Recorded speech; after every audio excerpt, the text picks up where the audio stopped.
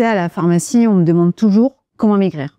J'ai vu plein de techniques, j'ai entendu plein de régimes différents et franchement, ça se discute. Mais il y a vraiment tout le temps cette question qui revient sans cesse, hein, comment maigrir? Tu me connais, j'ai essayé plein de trucs pour perdre un peu du poids, mais franchement, la volonté, ça veut tout et rien dire. Je trouve ça surfait en fait. Est-ce que tu crois vraiment que la volonté, c'est essentiel pour maigrir?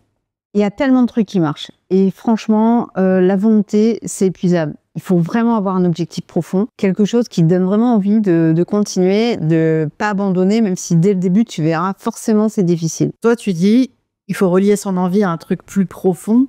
Mais si j'ai pas de truc plus profond, tu vois, si mon objectif, c'est juste de pouvoir remettre tel jean, c'est pas assez profond pour toi?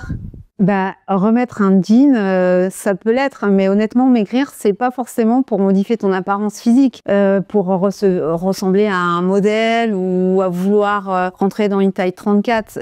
Si tu veux maigrir, ça représente quelque chose pour toi. Ça représente soit l'envie de participer avec ta famille à des moments agréables de sortie ou pouvoir au quotidien faire des tâches comme par exemple nouer tes chaussures. Également, préserver ton espérance de vie. Aujourd'hui, faut savoir qu'il y a de plus en plus de gens, on vit de plus en plus longtemps. Et au niveau des familles, quand tu as des enfants, après tu deviens grand-père ou grand-mère, on veut profiter de plus en plus de moments. Et c'est là que les régimes, ça a son importance, parce que ça va t'aider à préserver ton espérance de vie. D'où cet objectif et le fait que la volonté, c'est épuisable. Mais à toi de définir d'abord si tu as un réel objectif. Ok, d'accord, ouais, je comprends. Mais du coup, comment on commence? D'abord, on commence au niveau de l'alimentation. C'est vraiment au niveau de l'alimentaire que tu vas avoir la première étape. C'est-à-dire qu'il va falloir que tu privilégies les protéines plus que les glucides. Genre, glucides, tu as les chips, tu peux avoir le pain blanc, tu peux avoir tout ce qui est junk food, c'est les glucides. Mais il faut vraiment privilégier les protéines. C'est essentiel dans un régime. Ok, mais attends, tu parles de glucides. On est d'accord que ça inclut les chips, Ouais. mais aussi les pâtes, enfin tout ce que j'aime moi. Hein. Oui, c'est vrai.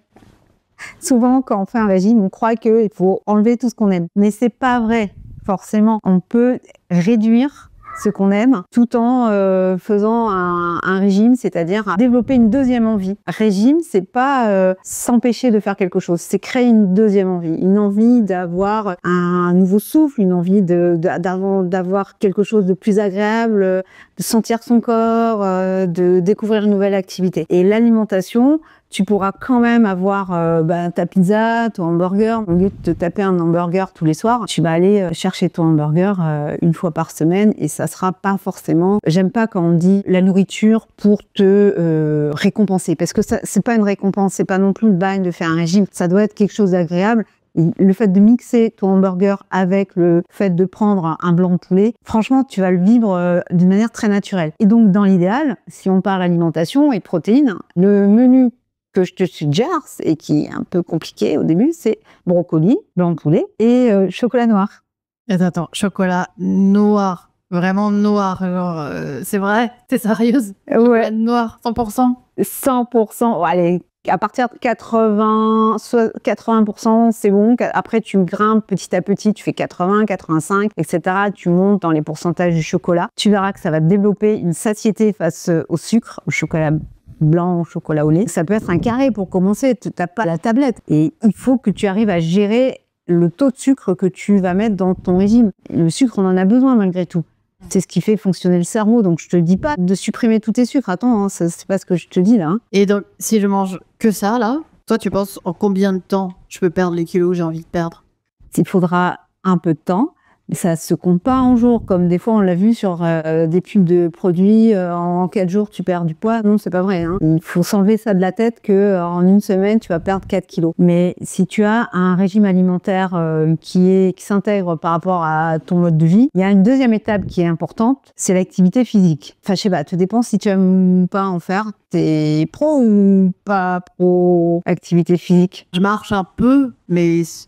Si je dois courir ou nager, flemme, quoi. Ouais, je comprends. Si déjà tu marches de manière régulière, 2 fois dans la semaine, 15 minutes pour commencer. Ça va vraiment jouer sur ton cardio, qui va être très efficace pour que ton corps commence à s'habituer à cette activité physique et du coup, te donne envie de marcher plus longtemps. Idéalement, 15 minutes, ça va t'aider au niveau de l'endurance, mais 15 minutes, ça va pas suffire si tu veux vraiment perdre au niveau au niveau, tu sais que tu as une petite bedaine à perdre ou tu sais que tu as un problème au niveau du genou, ça va pas forcément aider la perte de masse au niveau du genou. Il faudra que tu utilises, que tu t'orientes vers une activité sportive, physique, qui va consommer le plus de calories. Ouais, donc par exemple, tu as le vélo en salle, tu peux faire de la course, tu peux faire de la natation, des choses comme ça. Mais l'idée, c'est que tu en fasses plus que 15 minutes, entre 20 et 30 minutes, de manière régulière dans la semaine. Et tu verras, franchement, il y aura un résultat, hein, c'est sûr. Hein. Et du coup, pour avoir des résultats, il faut que je fasse des séances de combien de temps? Si tu veux vraiment que ça fonctionne un peu plus vite que la normale, il faut que tu brûle 45 minutes minimum. Plus tu vas dépasser les 45 minutes, plus on va puiser dans la masse graisseuse qui est stockée, donc qui est statique. Et là, tu vas fondre, tu vas commencer vraiment à fondre là où tu veux fondre. Et après, tu chronomètres 45 minutes et une seconde, tu t'arrêtes. Ça marche aussi. Hein. D'accord. Bon, ok, 45 minutes. Est-ce que tu as d'autres petites astuces comme ça que tu as trouvées avec le temps?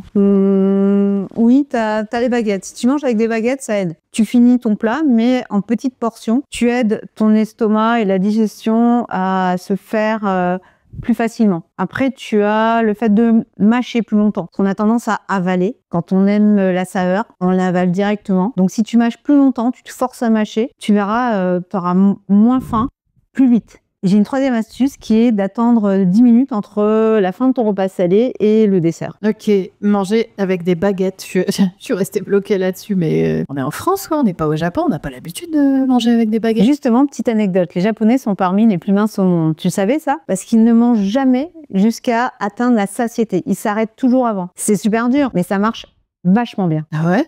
Et du coup, tu penses que moi, je peux faire ça? Carrément, tu peux le faire. Essaye, tu verras, le résultat sera dingue. Ok. Non, mais tout ça, c'est bien beau. Mais là, franchement, j'aurai des résultats quand? Si tu appliques régulièrement tout ce que je viens de te dire, un petit peu chaque étape, tu verras qu'avec un petit peu de patience, le résultat sera là. Il faut juste se dire que ça n'arrive pas en 4 jours. Bon, bah, je vais peut-être essayer tout ça. Mais toi, tu fais quoi pour rester en forme? Ah ça, abonne-toi à ma chaîne et tu sauras. Ok, t'as gagné.